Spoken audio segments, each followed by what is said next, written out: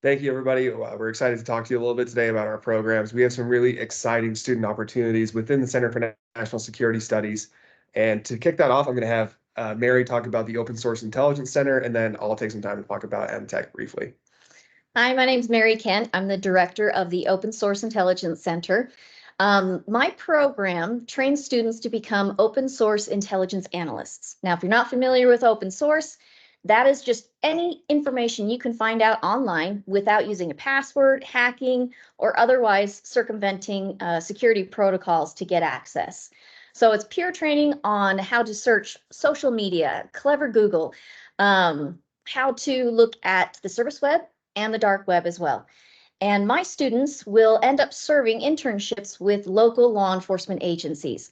Now, you don't have to want to become a police officer to do this program.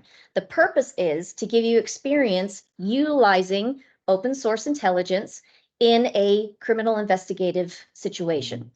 This type of training, this type of experience that you're going to get can apply to the federal government, local, state, and many other areas. For my program, I'm looking for people who can think out of the box. I usually take students who are within their 3rd to 4th year, but I encourage everyone to apply to the program, but seats are limited. We're looking for about 15 to 17 students for the program. Both of our programs, Brandon and mine, are run similarly. We have 2 semesters. The first semester, we have classroom training, and this is where you will actually be working on open source intelligence finding. You'll have a laptop in front of you, and you'll be doing everything that we are training you to do in the classroom. The second semester, we have internships, and we'll assign you to different agencies based off of your interests, location, and needs of the agencies themselves.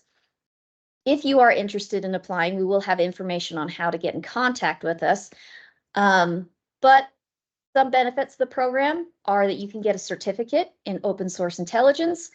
There are scholarships that are offered for individuals who get into the program because this is an application process. And we also accept students who may have no experience with open source intelligence, and that's okay. We're looking for students who are within different programs within the university. You don't have to be a national security studies student. You don't have to be a criminal justice student. We accept all types of students into this program, so long as you make it through that application process. I'll let Brandon talk about his program and kind of expand on that application process and what it requires.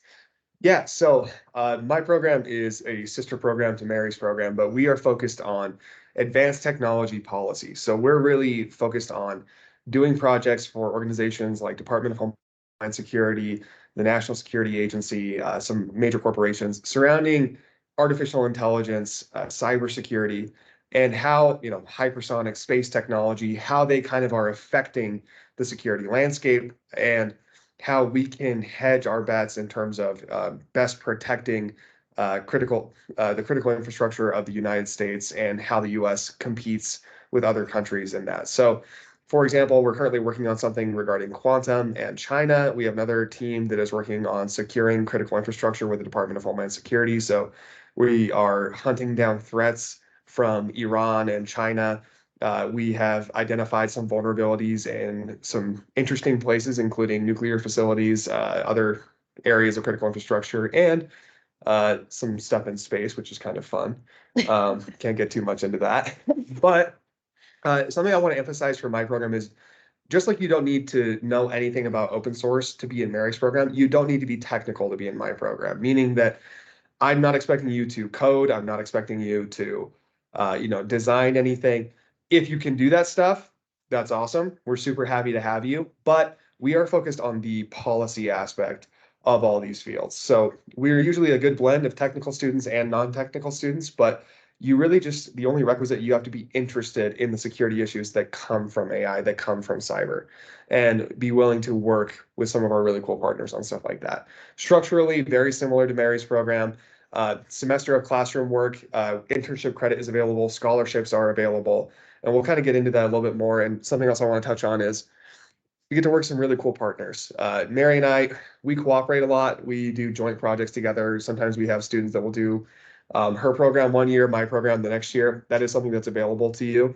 And we share a really cool partner ecosystem, including all these companies that you can see on the screen, the Department of Justice, the FBI, Department of Homeland Security, the NSA, and we do really cool, interesting work with all these things. And the idea behind that is that if you work in one of our labs, we want our students to graduate not only with a professional skill set that we train you on in that classroom environment, but also you get to put down that, hey, I was in OSINT and I worked with this police department, I worked on these cases, or hey, I did MTech. I worked on this really interesting case with DHS or NSA. Then when you go into the job market, you have not only, hey, I'm trained in these areas, but I've actually already done professional work in this. Mary and I's backgrounds is we were both professionals in our respective fields before this. And so we run these programs as close as we can to a professional environment so that you guys can get practical experience. And something that we're really happy about is a lot of our students end up going to work with our partners after they graduate. So now, touching once again, application process is very similar for the two labs. And by the way, if you're not sure if both of these sound interesting to you, apply for both and just let us know. And we will actually help you. And we'll kind of talk to you about what your career trajectory looks like, what you're interested in. And then we can help you decide which would be a better fit. Or maybe if you end up doing both one year, one the next year. We do get the question sometimes if you can do both at the same time. No, it's just a little bit too much work. Not recommended. Yeah, not recommended. Ideally, you're probably going to be spending about 10 hours per week in either of these programs. So it's kind of like a part-time job. But if you're interested in applying, please send us a application. The email address is here on the screen.